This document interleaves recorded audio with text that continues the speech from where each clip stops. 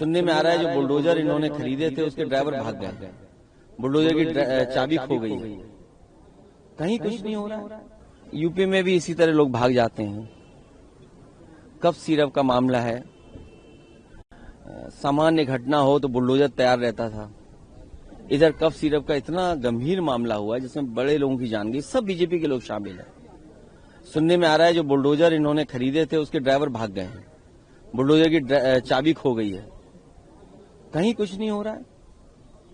कोई सोच सकता है, हम तो ये मानते थे 100 करोड़ का है घोटाला, लेकिन अब जो बातें निकल करके आ रही हैं वो कई हजार करोड़ का घोटाला है। और यही नहीं, जिन विभागों को कार्रवाई करनी है वो सब विभाग मुख्यमंत्री जी के पास हैं। अगर उन्हें मौका मिल जाए मुख्यमंत्री जी को बात को दबाने के लिए तो कहीं इनकाउंटर कर देंगे और आपका सहयोग मिल जाएगा, इनकाउंटर न्यूज बड़ी हो जाएगी, कोविड और कफ सिरप की न्यूज छोटी हो जाएगी। गंभीर विषय है, आप भी इसमें मदद करें। ये भागने वाले लोग भारतीय जनता पार्टी भगाती है। इलेक्टोरल रिफॉर्म के ऊपर चर्चा होनी है यार। इलेक्शन रिफॉर्म पर जो डिबेट होनी है उसमें आप क्या पार्टिसिपेट कर रहे हैं और क्या? हमारी पार्टी सबसे बड़ी पार्टी उभर करके आई 2024 में, और उसका परिणाम यह है कि हमें वो फेस करना पड़ रहा है एसआईआर के बारे में। और आप लोगों को अगर याद हो, जब अयोध्या का चुनाव हुआ था मिल्कीपुर का, मैंने बाकायदा नाम पढ़े थे आपके सामने और नाम पढ़ करके बताया था कि ये अधिकारी हैं जिनकी वजह से हम चुनाव हारे हैं। जहां चुनाव सुधार की जरूरत है, चुनाव आयोग को अपने आप में एसआईआर कराना चाहिए कि आखिरकार ये गलतियां कमियां कैसे छूट गई। तो अभी असली एसआईआर अगर किसी का होने की जरूरत है तो वो चुनाव आयोग की खुद है। डिफॉर्म कैसे हो गया? डिफॉर्म किसके कारण हुआ?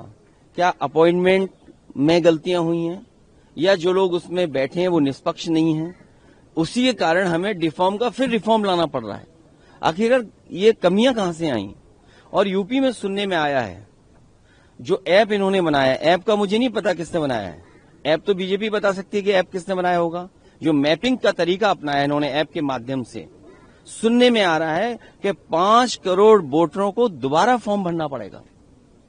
ये सामान्य घटना नहीं है उत्तर प्रदेश की।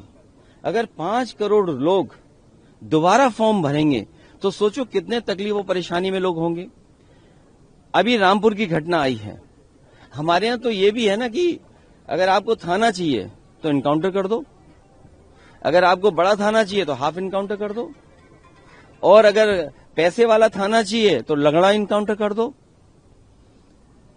रामपुर में जो मां ने फॉर्म भरे हैं अपने बेटों के जो बाहर थे, ये बात स्वीकार कर रहे हैं कि बाहर थे बेटे, और परिवार के लोग फॉर्म भर सकते हैं। अगर बीएलओ ये गलती कराएगा और बताएगा, बीएलओ को ट्रेनिंग ही नहीं दी, मैं ये दावे के साथ कह सकता हूं किसी भी बीएलओ को कोई ट्रेनिंग नहीं दी गई। बीएलओ को ये नहीं पता है फॉर्म कौन सा देना है।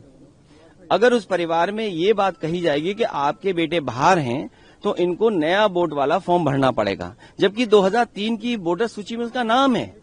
डीएम साहब को क्योंकि नंबर बढ़ाना है, रामपुर से हट करके नोएडा डीएम बनना है, इसलिए उन्होंने जानबूझ करके मुख्यमंत्री जी के आने से पहले एफआईआर दर्ज कराई है। मां नूरजहां के ऊपर इसलिए एफआईआर दर्ज की है कि उन्होंने गलत फॉर्म भरा है। 2003 में अगर फॉर्म है तो परिवार का कोई सदस्य फॉर्म भर सकता है।